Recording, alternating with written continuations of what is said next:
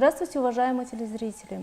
В эфире телепередача «Илге Қызмет». Сегодняшняя программа посвящена вопросам оказания государственных услуг в сфере государственного архитектурно-строительного контроля.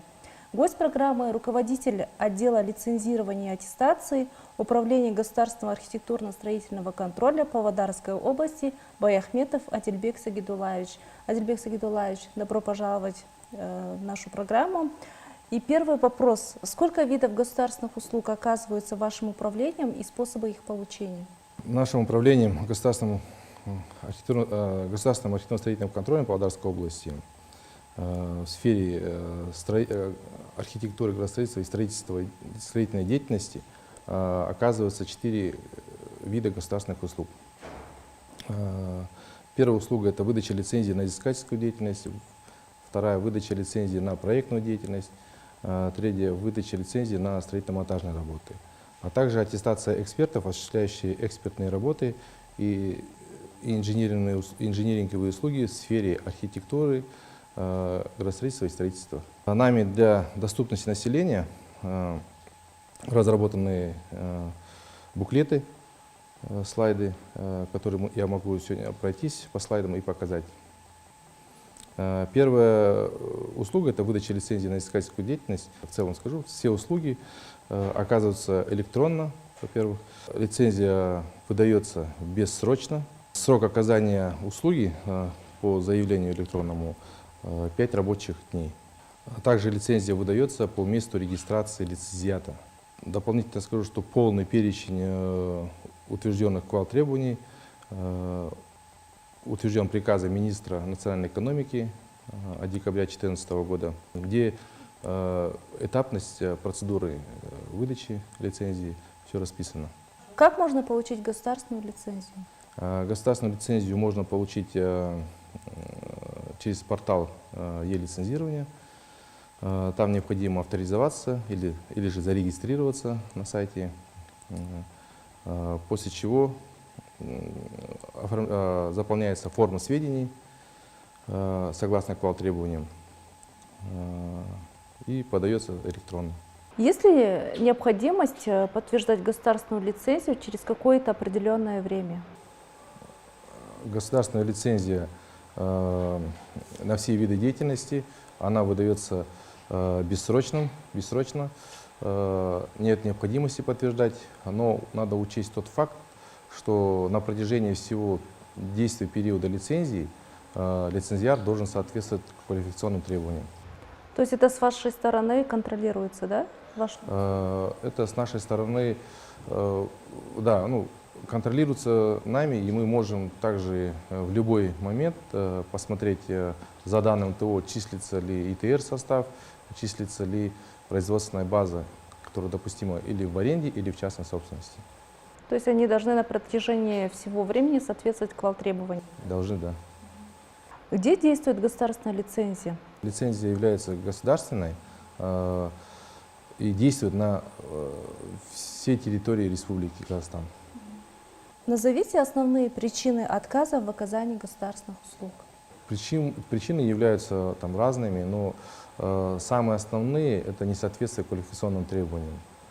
Что это значит? Это где-то ИТР состав, неполный пакет, который должен быть, согласно тех подвидов, которые они запрашивают, которые требуются, они не предоставляют его.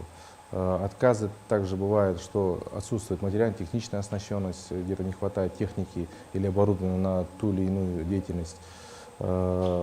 По целевому назначению земельных участков, где требуется производственная база, предоставляются любые другие, соответственно, оно не проходит.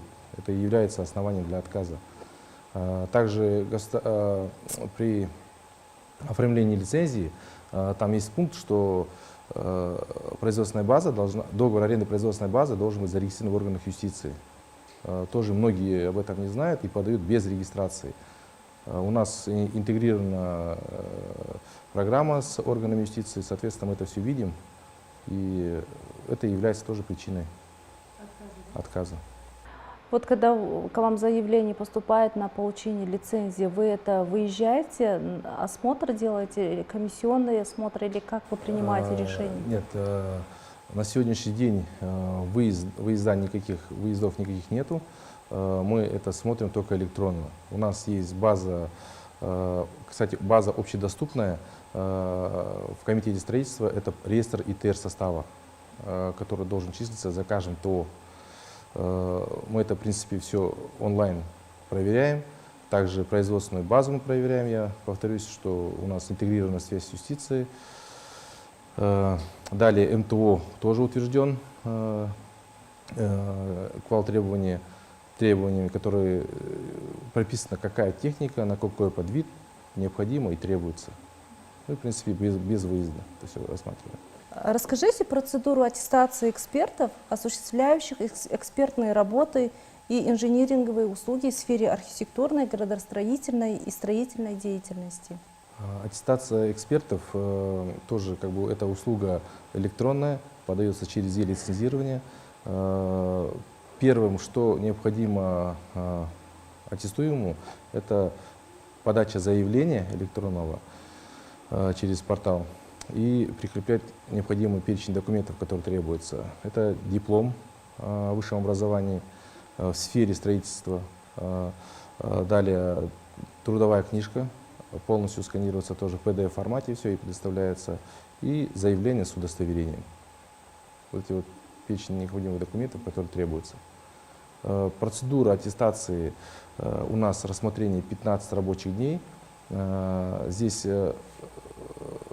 при подаче мы в течение 15 дней приглашаем аттестуемого, если он проходит по всем требованиям, мы приглашаем его на аттестацию. Аттестация у нас тоже проводится онлайн через комитет строительства. В принципе, в течение того времени, когда он сдает аттестацию, мы сразу, после того мы можем сразу сказать, он сдал, не сдал. Это, в принципе, электронно все сразу она и высвечивается, и видно. Через какое время проходит аттестацию? Или... Аттестацию тоже она бессрочная на сегодняшний день.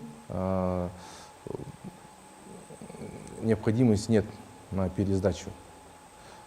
Здесь просто надо тоже такой момент учесть, что аттестованный уже аттестованный инженер, он по мере своей работы, если где-то он, допустим, где-то на объекте, на строительном, допустил какие-то, привлекался к каким-то административным ответственности, соответственно, вопрос становится о приостановлении, где-то по суду, если будет это все, мы прекращаем аттестат, соответственно, он заново или сдает, или подает. Заново на аттестацию может подать, да, через какое-то время, да? Да. Угу. Адильбек Сагдулаевич, и напоследок, куда могут обращаться граждане, у которых имеются вопросы касательно получения государственных лицензий в сфере архитектурно-строительной деятельности? Граждане могут обращаться в наше управление. Адрес нашего управления – это город Павлодар, площадь Победы, 5Б, 5-й этаж полностью. Отдел лицензирования наш, кабинет 505, номер рабочего телефона 32 42 85. Дополнительно скажу, что, повторюсь, что у нас имеются слайды. Эти слайды у нас имеются в нашем сайте ГУ. Адрес нашего сайта – это gask-pavlodar.gov-kz. Там тоже они могут ознакомиться с перечнем документов, которые необходимы также и на лицензию, и на аттестацию. Адильбек Сагдулаевич, благодарим вас за участие. До новых встреч.